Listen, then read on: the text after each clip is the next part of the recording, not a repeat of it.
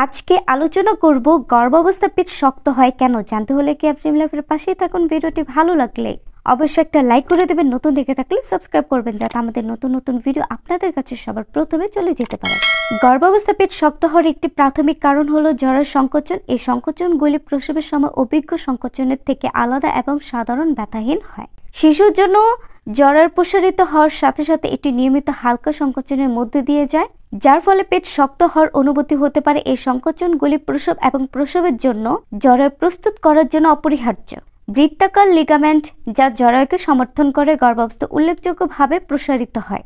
জরায়ু প্রসারিত হওয়ার সাথে সাথে এই লিগামেন্টগুলি চাপা পড়ে যেতে পারে, যার ফলে টানটানতা ও অস্বস্তির অনুভূতি হয়। বৃত্তাকার লিগামেন্ট ব্যথা দ্বিতীয় ত্রৈমাসিকের সময় সাধারণ ও প্রায়শ তলপেটের এক বা উভয় পাশে তীক্ষ্ণ বা ছুরিকাঘাতের ব্যথা হিসেবে বর্ণনা করা হয়। ব্র্যাক্সটন হিক্স সংকোচন প্রেগন্যান্ট হিউম্যান বেলি শক্ত হওয়ার আরেকটি সাধারণ কারণ। এই সংকোচনগুলি বিক্ষিপ্ত, অনিয়মিত এবং প্রায়শ বেদনাদায়ক, তবে পেটে টান অনুভব করতে পারে।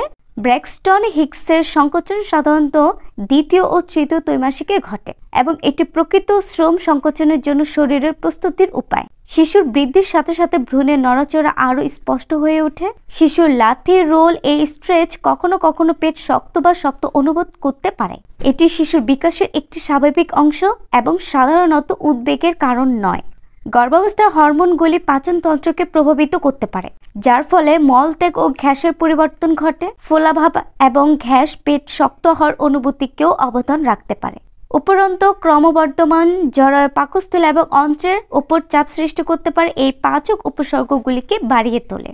মানসিক বা শারীরিক চাপ শরীরের বিভিন্ন উপায়ে প্রকাশ পেতে পারে। গর্ভাবস্থা উচ্চতর চাপের মাত্রা পেটের অংশসহ পেশিতে টান দিতে পারে। প্রসব পূর্ব যোগব্যায়াম বা ধ্যানের মতো কার্যকর স্ট্রেস ম্যানেজমেন্ট কৌশলগুলি খুঁজে পাওয়া মানসিক ও শারীরিক চাপ উভয় উপশম করতে সহায়তা করতে পারে।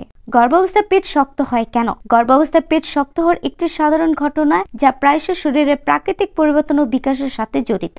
যদিও মাঝে মাঝে ৮-৭টা স্বাভাবিক গর্ভবতী মায়েদের জন্য যে কোনো ক্রমাগত গুরুতর অস্বস্তির দিকে মনোযোগ দেওয়া এবং প্রয়োজনে তাদের স্বাস্থ্যসেবা প্রদানকারীর সাথে পরামর্শ করা অপরিহার্য। প্রেগন্যান্ট হুইমেন বেলি ৮-৭টার জন্য অবদান রাখার বিভিন্ন কারণগুলি বোঝা গর্ভবতী ব্যক্তিত্বের আত্মবিশ্বাস ও আশ্বাসের সাথে এই উত্তেজনাপূর্ণ ও রূপান্তরকারী সময়টি নেভিগেট করতে সক্ষম করতে পারে। আজকের আলোচনা এই পর্যন্তই। ভালো থাকুক, সুস্থ থাকুক প্রতিটি মা ও শিশু, এ কামনা। সবাইকে ধন্যবাদ। আল্লাহ হাফিজ।